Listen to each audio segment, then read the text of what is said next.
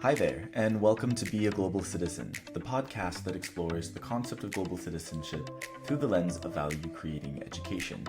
My name is Scott Bauer, and I'm a Soka researcher and educator. I hope you find the discussions, stories, and insights on this podcast to be valuable and inspiring as we strive to become global citizens who are committed to living a contributive life. Enjoy the conversation.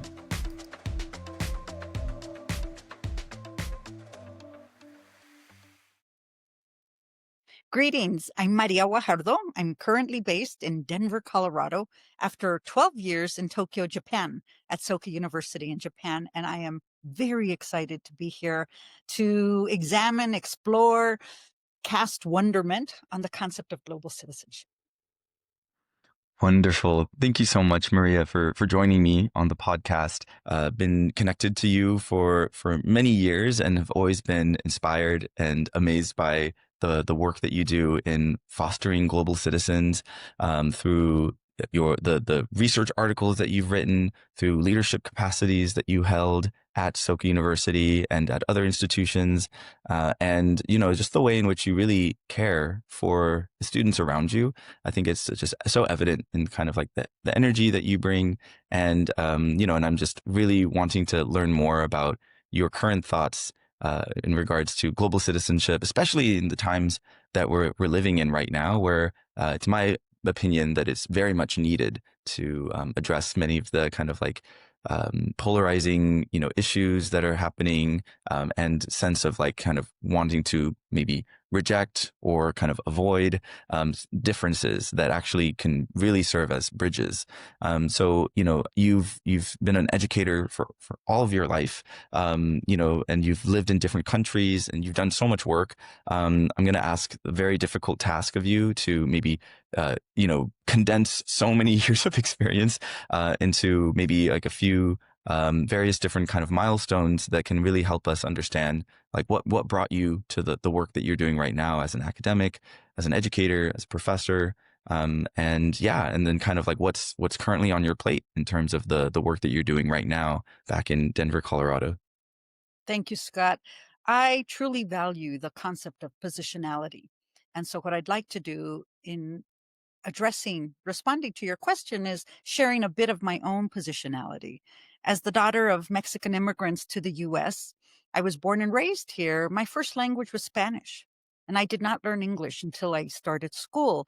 And I share that to say that at a very young age, I felt othered. I felt displaced. I felt as if I was not the same. And yet, over years and over the path of my career, it's really come to be a benefit because I am now transitioning out of my fourth career and as a licensed clinical psychologist that never saw another client again after I got licensed, I discovered public policy. And that was really the entree into the work that I began dozens of years ago. And it was the idea of wanting to make an impact. And early in my career, I was making that impact in public policy, went on to direct nonprofit organizations at the state level, where I was contributing to the lives of the Latino community at large, to positive youth development in the state of Colorado. And then city government took over, and I decided that becoming part of the mayor's cabinet, where I would take responsibility for education and children in the city of Denver, became the next pathway for the next stage, you might say, for the work that I would be doing to really begin to ask, what role does government have in the education of children and the well-being of families? And was able to do that work and really learn about building bridges and making connections between the nonprofit world, the education sector, government sector. How do we not only collaborate, but innovate in order to produce more, to be a greater contributor to the greater good? And then 12 years ago, I was invited to Japan, to Soka University, to serve as the founding dean for the Faculty of International Liberal Arts. Japan was on a pathway of globalization, you might say, and the Ministry of Education had committed millions to the globalization of higher education in Japan. Soka University was one of the in the vanguard of this effort and designed an entire department or faculty delivered in English at the university, international liberal arts. So you could come either a domestic Japanese student or international student, as long as you spoke English at a university level, you could earn your bachelor's degree in English and never have to take courses in Japanese. So this was extremely innovative 12, 14 years ago.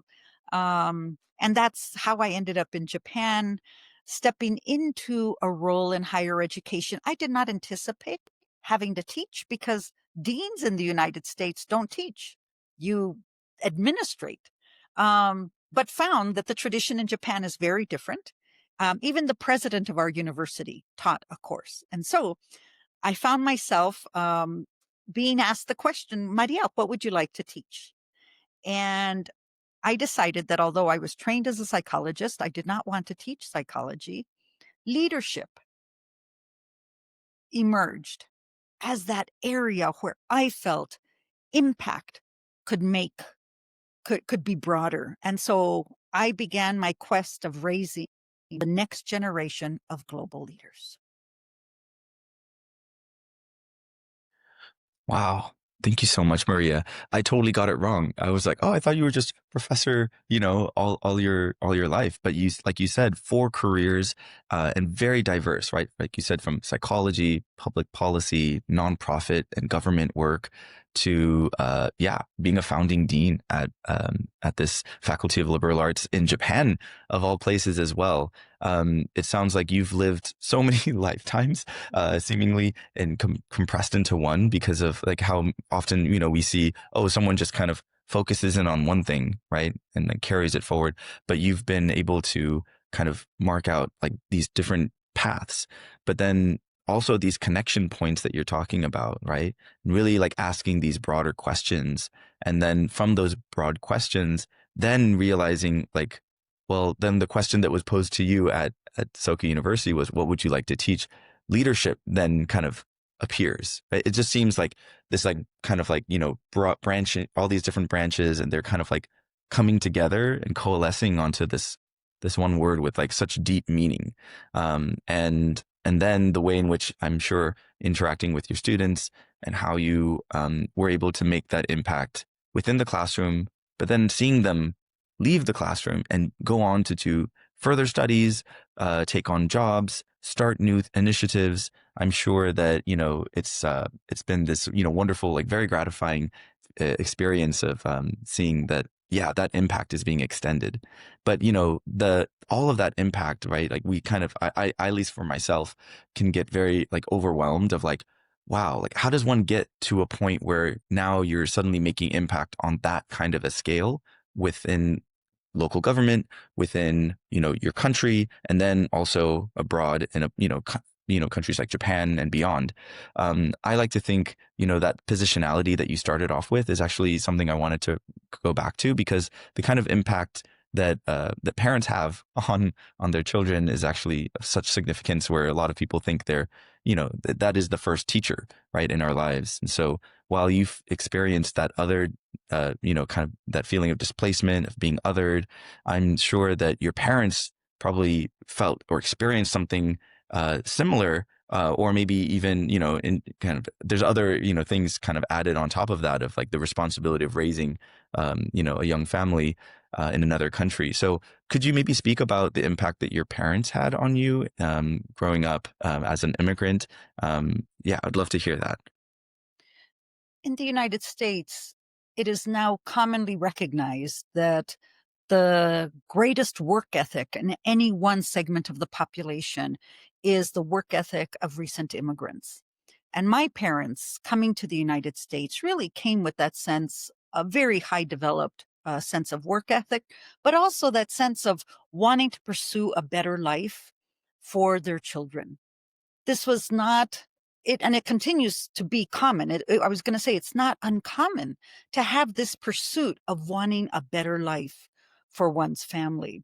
And so they came with 3 small children in tow, had 3 more, and the clothes on their back, and had 3 more children on this side of the border. There were 6 of us as children in my family. As migrant workers, I was born and raised in a labor camp, where all 8 of us slept in one room. I mean, this is what labor camps were, with no running water, no electricity, no plumbing. This is Central California. We're not talking a third world country. We are talking the United States of America. So this was my beginning, and it was my parents' desire and yearning to create a better life, hoping that that dream that they aspired towards would not become a nightmare. And so my job as a child, I mean, I worked in the fields with my parents, but I also loved school. And it was something that my parents fostered and encouraged, while they themselves had no formal education. Neither one of my parents went to school. Neither one of them learned how to read or write. So imagine never reading a book, never being able to read a book. And yet they instilled in all 6 of us the desire to pursue education. When I was accepted into Harvard, and that's where I did my undergraduate work, my mother was very happy. She had no idea where the university was. She had never heard of it. She asked me, would you be home on weekends? Because she had no idea I was going across the country. So it wasn't that, I mean, there's this myth, and it perpetuates today, that somehow immigrants don't value education. I can't tell you what could be further from the truth. No one uproots their family with the intention of wanting to somehow scam or scheme. You don't do that. You come with this desire of wanting to know, can my contribution create a better world, not only for my family, but my community? So what did I learn? That was what I learned. So when I went to Japan, it was not lost on me that I was experiencing something similar. I did not know the language. I could not read it. You have to know at least 4,000 kanji characters in order to be able to read at the 4th grade level. That was not me. My first 7 years at the university, I was accompanied by interpreters and translators. So I never had to read.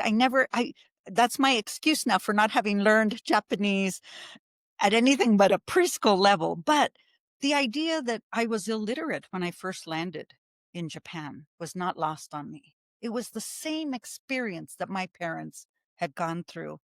The difference was that I was educated.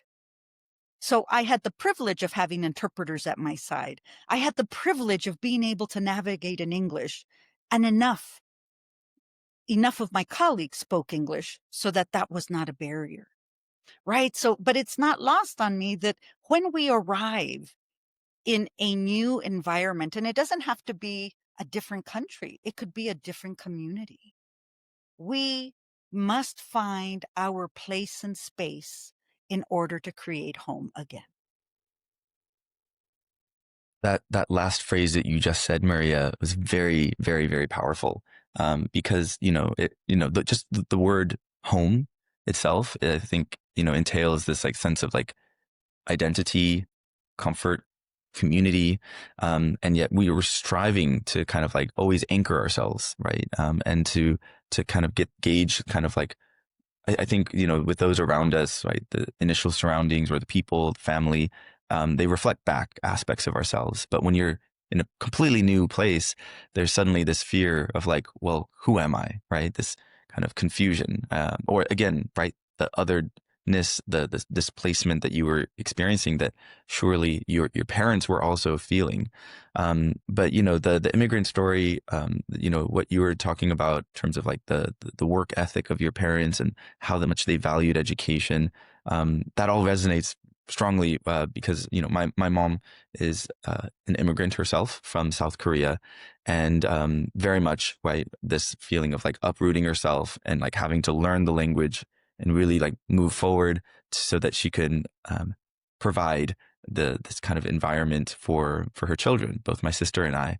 And so there's such like appreciation and I think respect that comes from the children of immigrants. And I'm sure that was also something that you felt very much for your parents. And and I'm just curious, like in terms of like just the maybe the word appreciation in terms of like how that was like kind of fostered within your relationship with your family, but then also how that carries over, into other spheres of your life. Like, could you maybe like unpack that a little bit? Because I feel like that's there's something there in terms of like how like maybe it's glue, or maybe it's like kind of weaving things together in terms of like how we can build strong bonds that help us to create that kind of home, you know. I think that within communities, we learn and develop a worldview, a global mindset for how to understand who we are, where we are, how to be. Within the Latino community, and I grew up in a very traditional Mexican home, Mexican community, the worldview was collectivistic. The worldview was based on us as a community. And there is a concept, an African concept called Ubuntu. I am because we are, and we are because I am. And I would suggest that within the Mexicano community, within the Latino community, this was a concept that we embodied. It was not Maria's individual achievement that mattered. It was who we were as a family body and how we all worked in our best way, in our own individual way, in order to contribute to the greater good. And the greater good begins with us as a family unit. And then it extends out a contribution to the community and then to society. And so I think it's important to grasp, understand, explore what is the worldview that one is born into and that is nurtured at a very young age. My worldview was that of being part of a community and being part of a collective. And that was how I experienced the world. That's how I navigated through the world. So to not have a community then was very discombobulating because that's what I understood. To be shoulder to shoulder with individuals who were all about individual accomplishment, achievement at the expense of everyone else seemed like a foreign concept. Although I had been born and raised in the United States of America. And I like to say I'm as American as they come. However, I don't look like the white European American. And that then presses the question of who am I?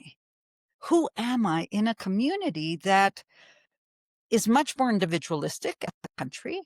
And yet there are many of us, I would suggest to you, that are very collective in nature. How do we do this together? How do we create home? How do we create trusting, engaged spaces for the betterment and the goodness of the greater good, right? So this I think is this concept of worldview, of one's mindset, is often assumed to be that of the majority. And I would suggest to you, many of us have a contradictory mindset. And I think to honor that and respect that, you begin to get to a connection to the dignity of that human being.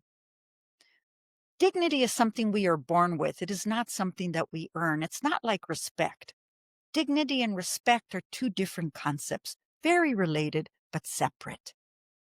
Dignity as human beings, we are born with a sense of dignity. You cannot take my dignity away. You may try, but you can't. Respect, on the other hand, as we've often heard, has to be earned.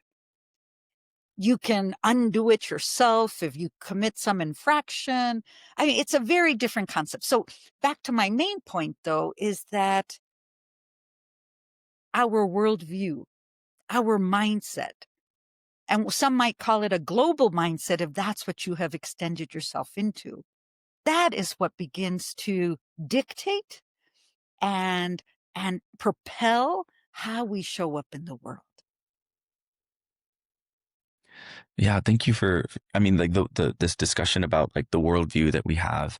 It's so much of like an internal struggle of like making sense of, what we're feeling and experiencing, but then also there's the external environment acting upon us and sending us messages, right? Or telling us how we are, how we should be. And again, it's like trying to reconcile between different realities of like what you had grown up with, like more collectivist kind of like understanding of like, how am I building community? How am I pouring back into that community as well, and respecting that community, loving that, appreciating it. But you were also talking about how you found yourself now being kind of like in different communities, right? Like even just with like the undergrad going to the East Coast, right, to Harvard. I'm sure that that was probably one of the earlier experiences of just really like recognizing, oh, it's like I don't think I'm back in Kansas anymore. Like not Kansas, but you know what I mean. Like I'm just trying to say that there's this like kind of the cultural shock side of it, where now like you're being buffeted by all of these different kinds of like influences. So I guess the challenge then is to stay true to kind of what you already know. But I mean, also this acceptance of like, but how am I also like, growing and absorbing some of the, the good, right? In terms of like learnings of how other people may show up and may see, like, with a different worldview. Maybe could you share a bit about like that earlier experience, going, leaving home, and how, you were able to kind of, be resilient, but also be curious in terms of like how you can expand your worldview? One of my favorite authors is James Baldwin, and one of the lines from his written work says this: "We learn who we are by how others perceive us." We learn who we are by how others perceive us.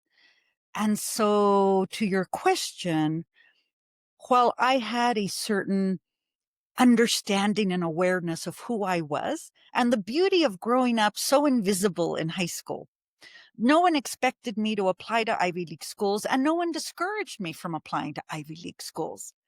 Right? That's the beauty of invisibility. So I applied to Harvard and Yale and Brown and Stanford. I got into all of them, and no one was there to say, "You know what, Maria, people like you don't go there." Invisibility actually was to my benefit. I mean, yes, you struggle through this process alone, but the brilliance is that no one is there to tell you you don't belong there. You also grow up in a community where I didn't grow up with labels. I didn't grow up with the label of being at risk because my parents were illiterate. I didn't understand that I lived in poverty. I knew I was poor, but I didn't have that label. I didn't have the label of coming from deficit-based cultural background, which sociologists would had at that time for populations that were not white European. I mean, it's great to not have those labels, but then you have to learn how to navigate through those labels. So going to Harvard, I didn't know that I was at risk. I didn't know that I was in the lower socioeconomic status of the country. I mean, there were things that I didn't have labels for. And there's some beauty there. If a child doesn't know their, I don't know, any one of those labels, right? They don't they speak to it. They don't. It doesn't define them. That's what I want to say. So sometimes we aren't defined by the stereotypes or limited perceptions of others because we don't have that as a frame of reference.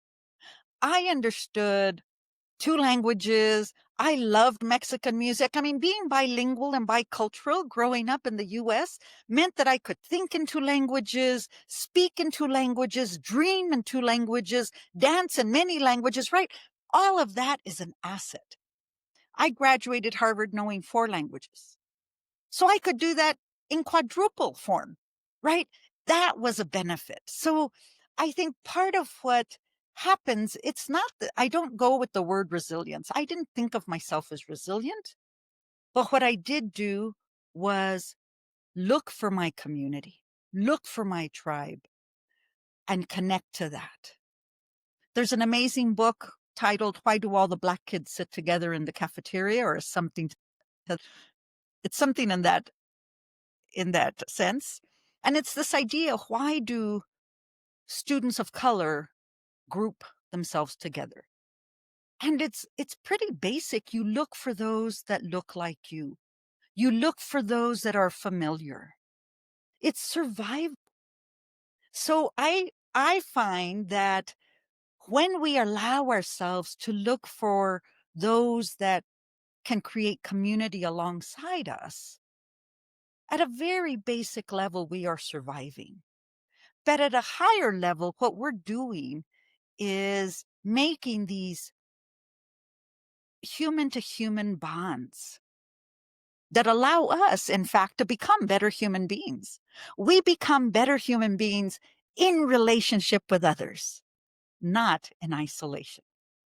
So actually I'm just in the midst of writing. I was invited to contribute a chapter to a book that will be capturing the experiences of those of us who went to Ivy League universities, Latino experiences. And so I've been writing on this for a couple of weeks now. And so it's very fresh.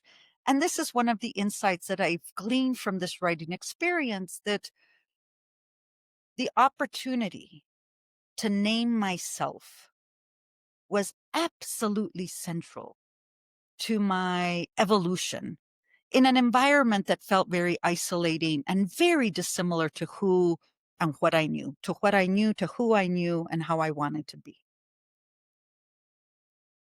So there was a lot in that. No. Thank you for sharing that, Maria. And it's again like emphasizing the importance of community, finding your people, like you said. And it sounds like, in a way, like pulling out like the strength, like these reserves of like fortitude and identity that are always there, but bringing it out to shine so that it's not survival mode, like what you were saying. Although we see that quite often in certain environments where that's kind of the mentality or the way they're operating. But to really thrive in these kinds of environments where there is difference, or maybe there's this overwhelming sense of sameness, right? And you're the one that's bringing in the diversity and difference, that you need to anchor yourself anew. But with those that are like of like mind, or are just again coming from backgrounds that really uplift you rather than do the opposite. And then what you were talking about with the labels, I think was really fascinating. I hadn't thought about it more deeply, but it's so true, right? Once you put a label on anyone or anything, suddenly, right, there's this like boxed effect where that's all it can be. Or sometimes they can be mislabeled, right? Which is actually worse. Kind of double compounding effect. And as living beings, like we're so much more than any kind of stagnant kind of label or mental concept of what people might be perceiving. But it's in this, but going back to like that quotation that you shared by James Baldwin, but we also can't escape the fact that that perception of others does matter to us because of how communal and social animals we are. So trying to strike that, maybe it's not even striking a balance. I think it sounds like this is actually tied to the leadership aspect of like taking on that responsibility and saying, no, I'm going to show you who I am, and this is me, right? And kind of putting it out there before others can really say anything or try to put a label. Or if they do, it's like one of those like Post-it notes that wasn't very sticky, and they stick it and then it falls off like a couple seconds later. That's my imagining. They're like, they try to do it and then it's like, nope, that doesn't work. Your adhesives are no good here, kind of thing. But that, I think that, like what you experienced at Harvard of all places, and how you were able to kind of really blossom, and then how that probably set the tone for these other careers later down the line, I think is so significant. So this question about I think how we're perceived, the worldview that we come into, and that we sustain that like throughout our lives, or how it kind of changes. There's like so many things about your experience that I would love to go into, but I don't know. There's so much.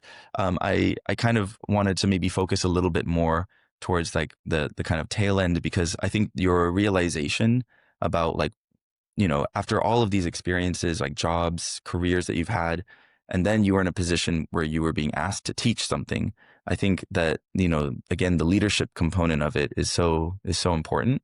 And I wanted to ask a little bit about kind of like, what was it like in the early years of like your, teaching at Soka University, and like what were you grappling with the most, right? What were kind of the initial questions you were posing to yourself as you were really, wanting to have that like sense of like, okay, I'm raising the next generation of leaders. Like, what was like that initial rollout like? Because I'm sure that, it changed over time, but like, I'm just curious, like, take us back to that initial point. Well, Scott, it changed so much that I often would share with students that my DNA is different because of my engagement with them. That's how powerful they were as teachers to me. So I arrived in Hachioji, Japan, feeling quite confident that I understood leadership. I had been a leadership junkie. I had gone through every national and international leadership fellowship program. I had been a Kellogg Fellow, a National Hispana Leadership Fellow. I had been to Harvard to 5 of their executive leadership programs. I believed I knew leadership. Well, what I discovered when I stepped into the classroom, and my students were from all over the world. In a classroom of 30 students, they would be easily representing 10, 12 countries and speak collectively 15 to 18 languages. It was like a mini United Nations in every single classroom that I taught. And I quickly discovered that my Western notion, and it was that, a Western notion of leadership, did not speak to them. They saw it as something that was ill-informed, um, half-baked, and most importantly, irrelevant. Now, this is the best thing that can happen to a professor, to walk in thinking, I know this content. And look at the textbooks that I have acquired for you. Harvard Business Review, the top 10 leadership theories. But you know what? All 10 of those chapters were written by white European men. And their perspective, while it spoke to them, did not speak to the students that I was teaching from Myanmar, from the Philippines, from India, from China.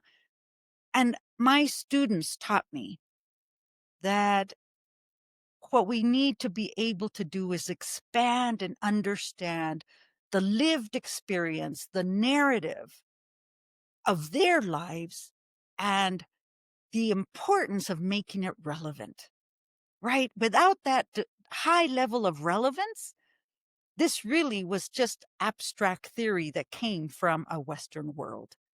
And the majority of my students were from the global South. So how was I going to make meaning that would be of value to my students? So really, it was because my students demanded better. And I very humbly regrouped and went and sought out.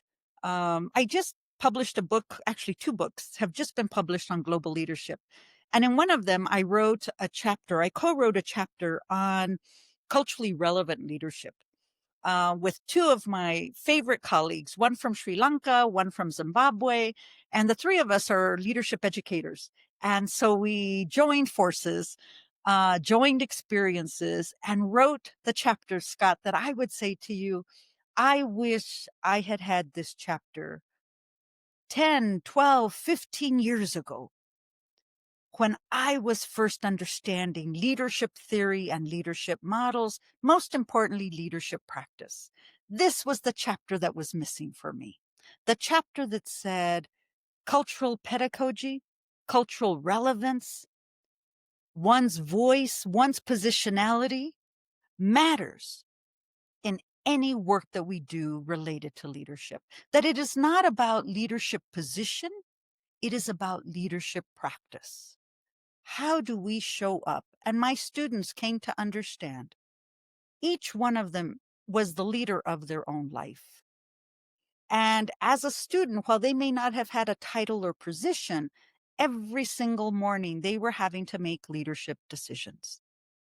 And so to position this as a practice,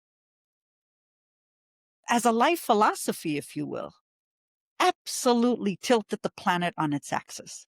And that was the best that could have happened, because today I am totally different because of their sincere efforts to make learning relevant.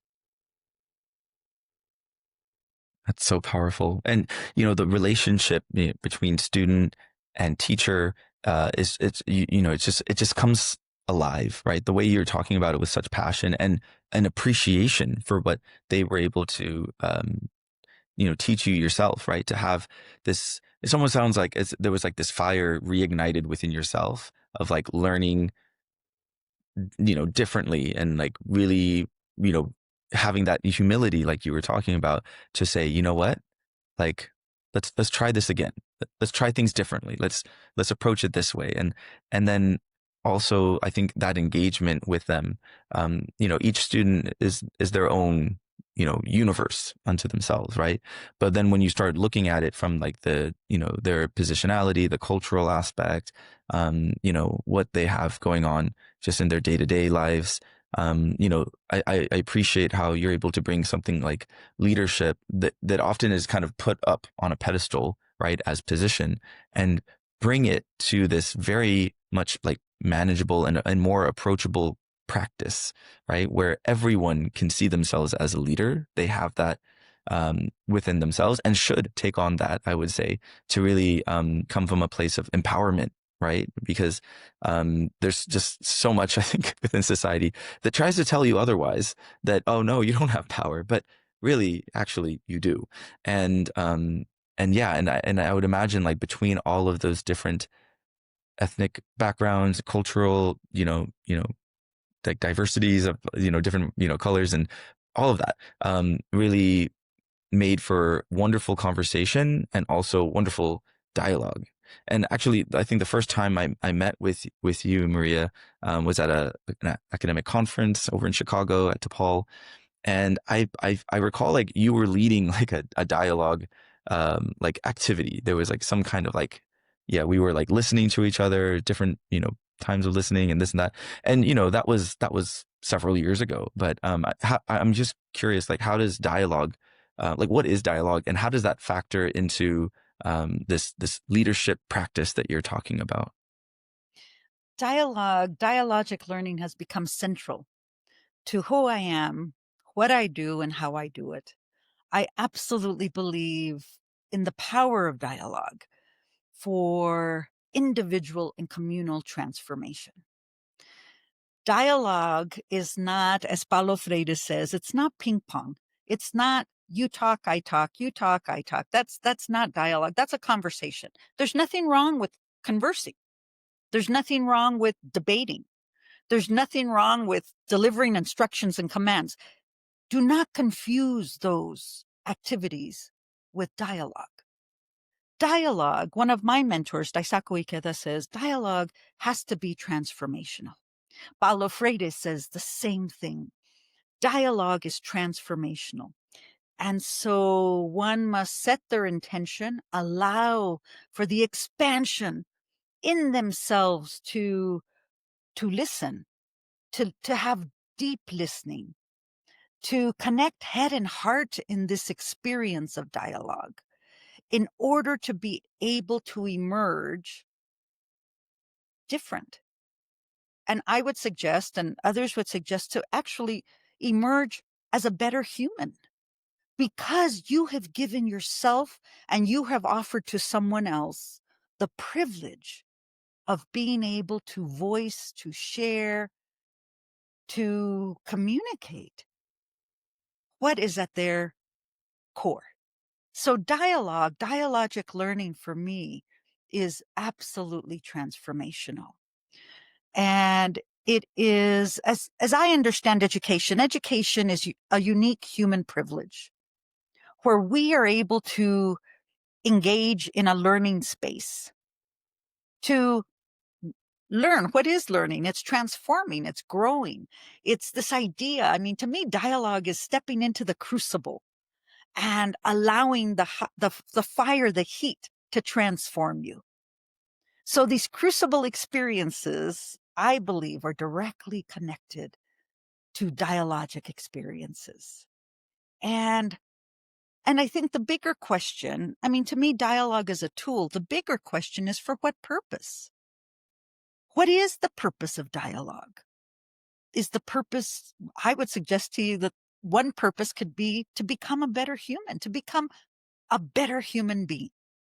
That to me is the purpose of dialogue. So one must always ask that question. What is the purpose? And to not confuse purpose with tools. Dialogue is a tool. It's a pathway for achieving a certain outcome. Wow. Amazing. I love the way you provided that definition, the way you gave this deepening sense of how important dialogue is towards really transforming oneself on the deepest level, and ultimately towards becoming a better human being. I don't think people really, like, broadly speaking, think of dialogue in those ways. They might have heard of like a monologue, and then there's a dialogue, and there's, okay, then that means there's two people, right? But I think it's not just exchange of words, right? But it's an exchange of experiences. It's an exchange of feelings and emotions, and it's an exchange of their very lives, right? That's kind of in flux. And in some ways, it's kind of like through that swirling kind of like, you don't know where it's maybe gonna even go. But to have this refreshed feeling that, like, I'm so glad that we spent this time together. I think there's also this kind of like sense of presentness that is really important, right? Especially if you're trying to deeply listen to the person, right? Very hard to have a dialogue when you're probably scrolling on, social media, and because attention can only be directed at one place at one time. So this purpose of dialogue, becoming a better human being, it really resonates, and it's.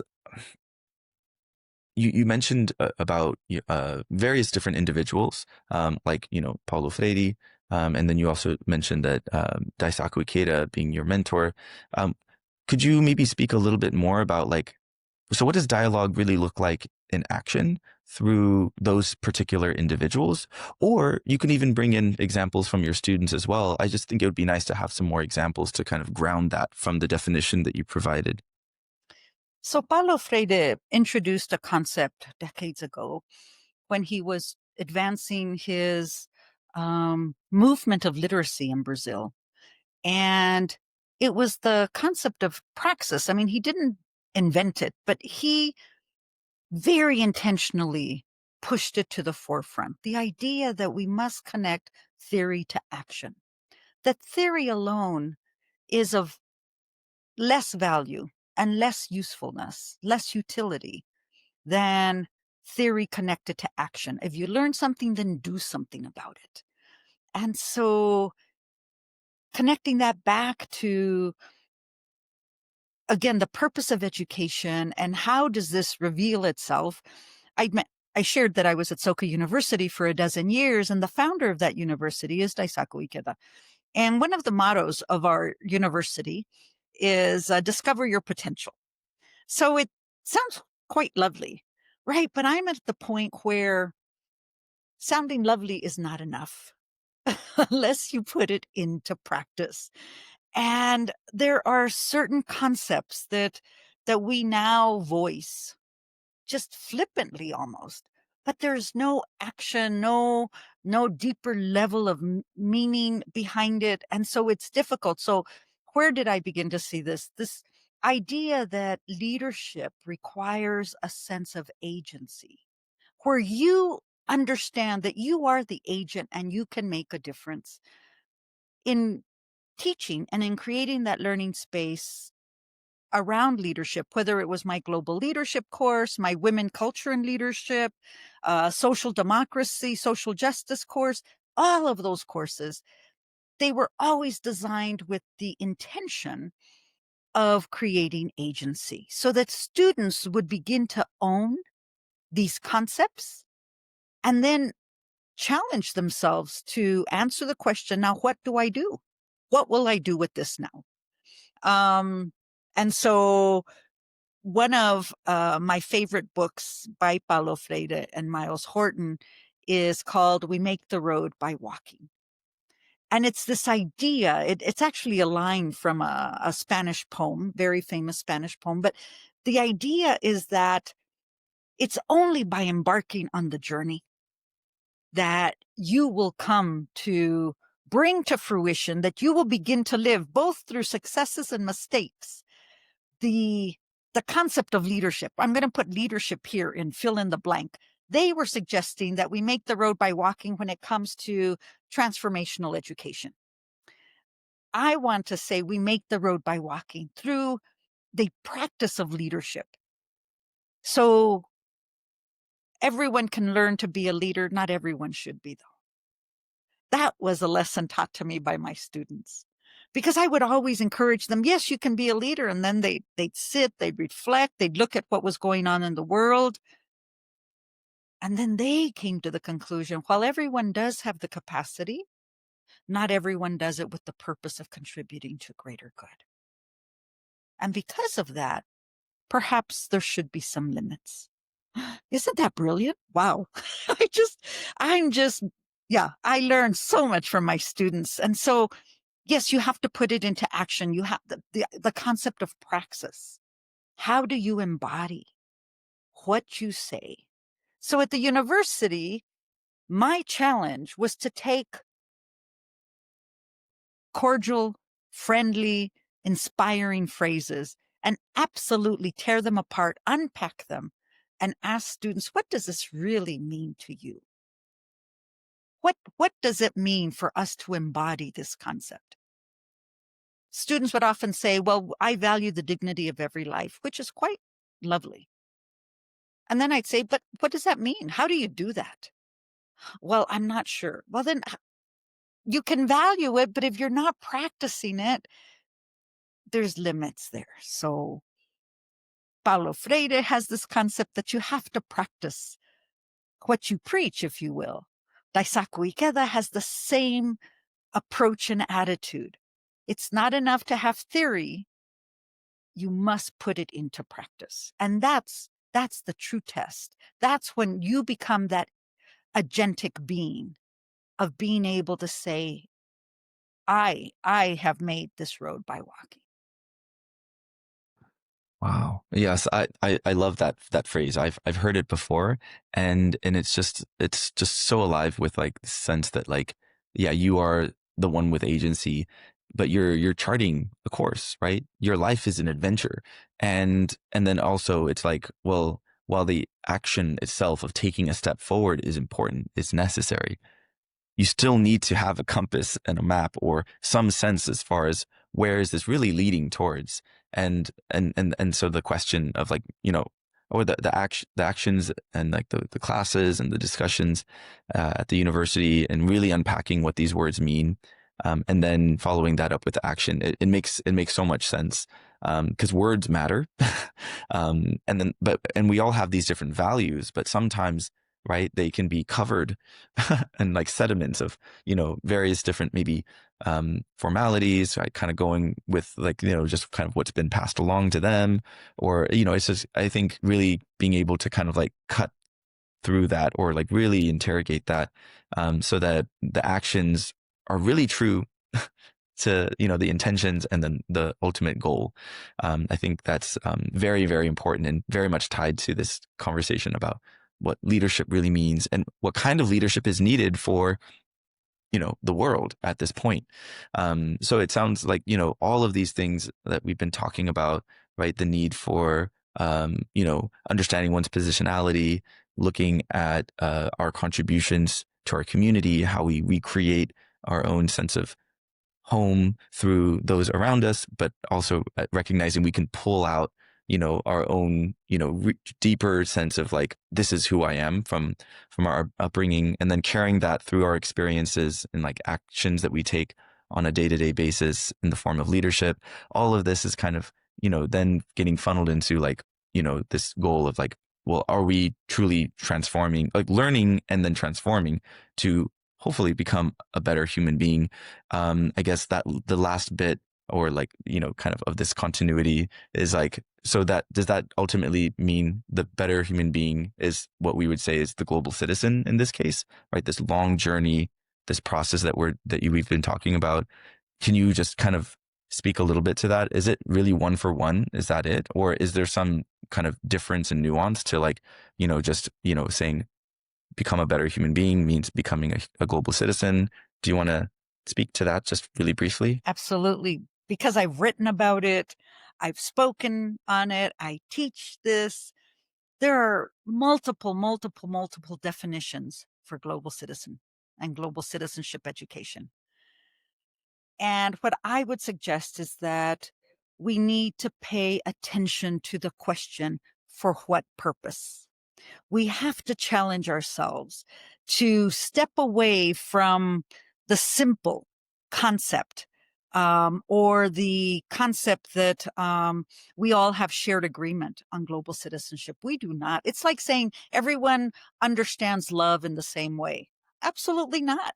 Everyone has a different definition, approach, and engagement with the concept of love. I would suggest to you that global citizenship is as complex as love.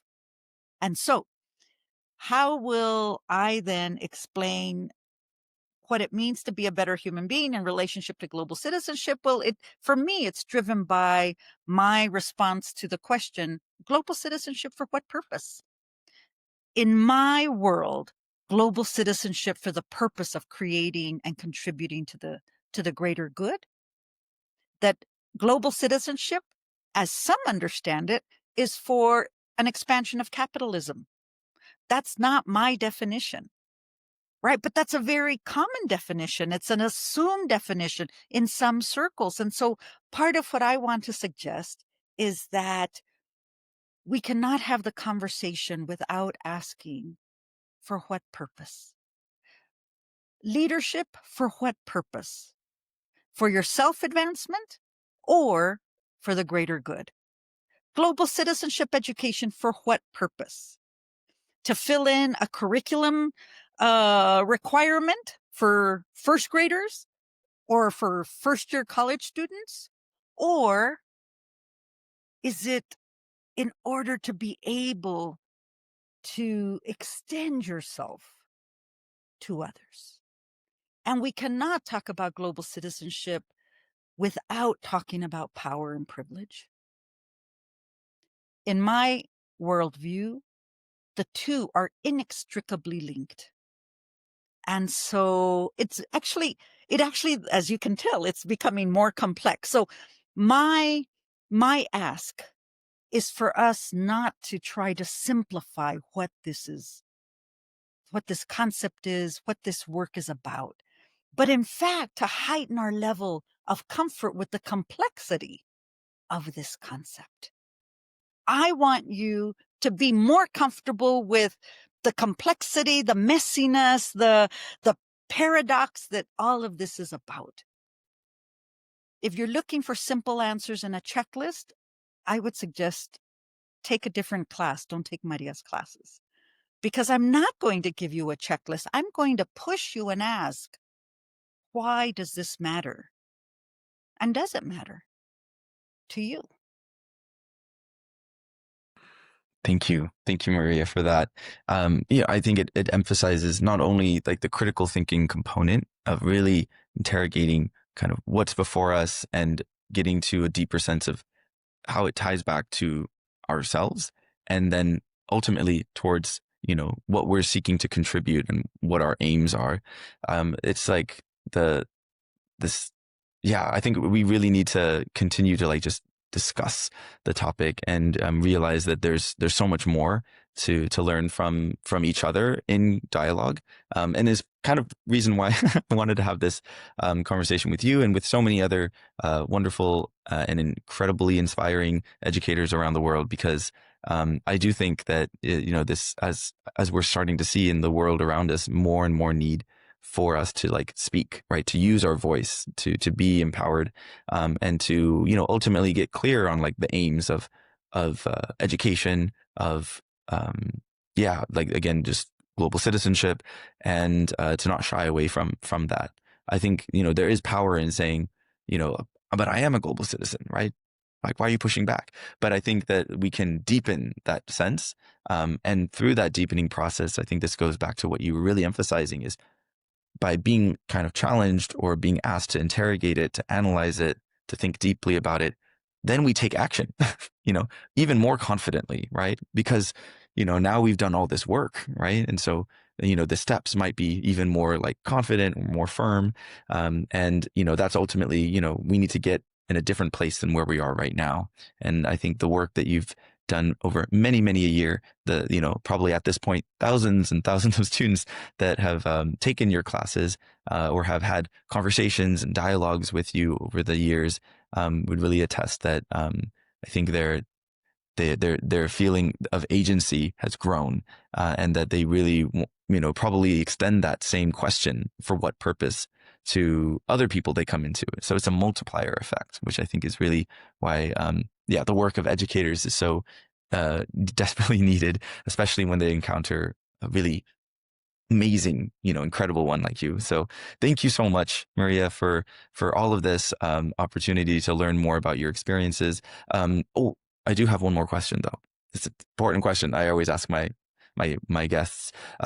Do you have any book or movie recommendations? Anything you'd like to share with the listeners? Scott, I'm a reader, so I love books. And the one that I just finished yesterday, powerful book by Jose Andres, who runs the World Central Kitchen.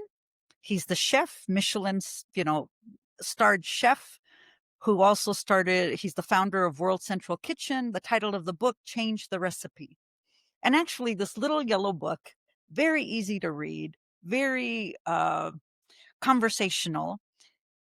It's a book about leadership. It's about how he, as this young boy in Spain, learned that he loved cooking and was encouraged to cook, and then came to the United States at the age of 23 and ended up becoming a chef and cooking and having to figure out, and then discovering, well, people are starving.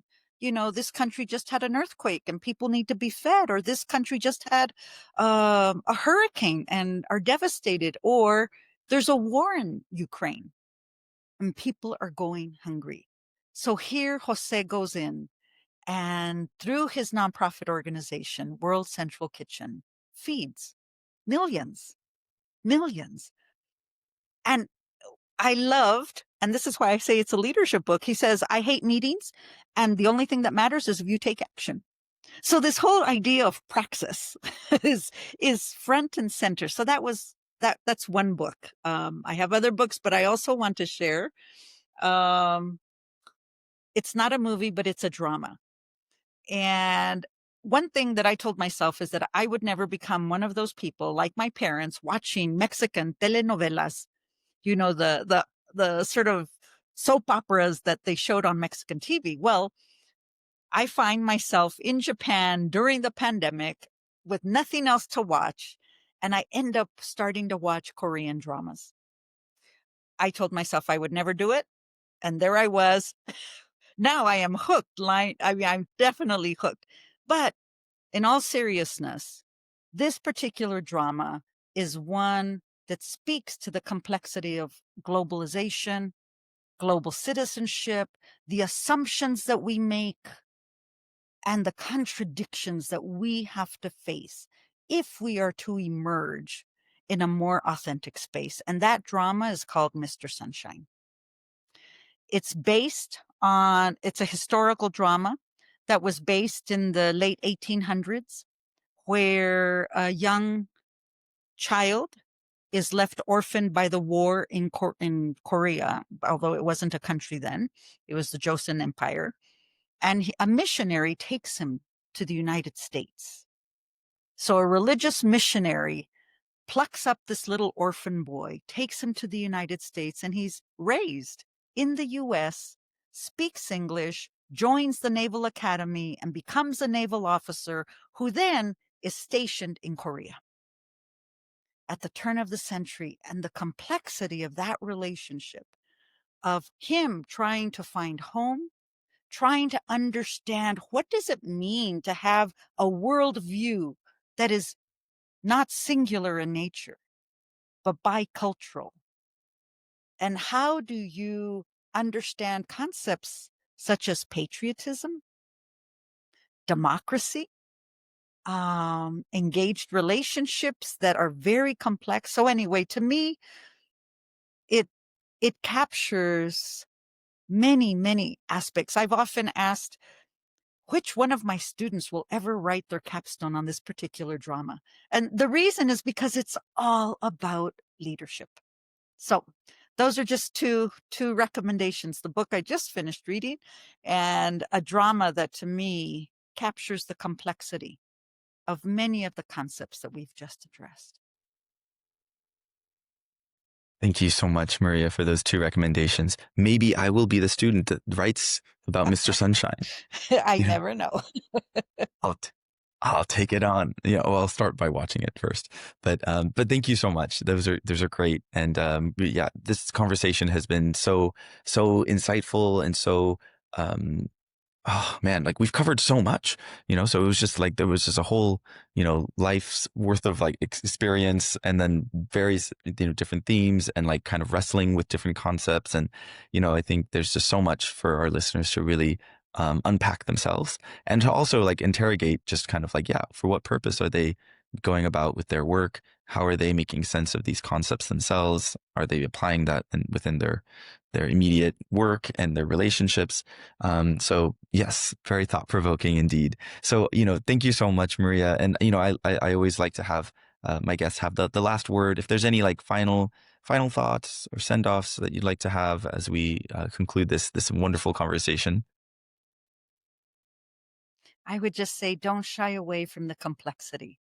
Run into the fire and sit in that crucible and allow for the transformation to emerge. Thank you, Scott, so much.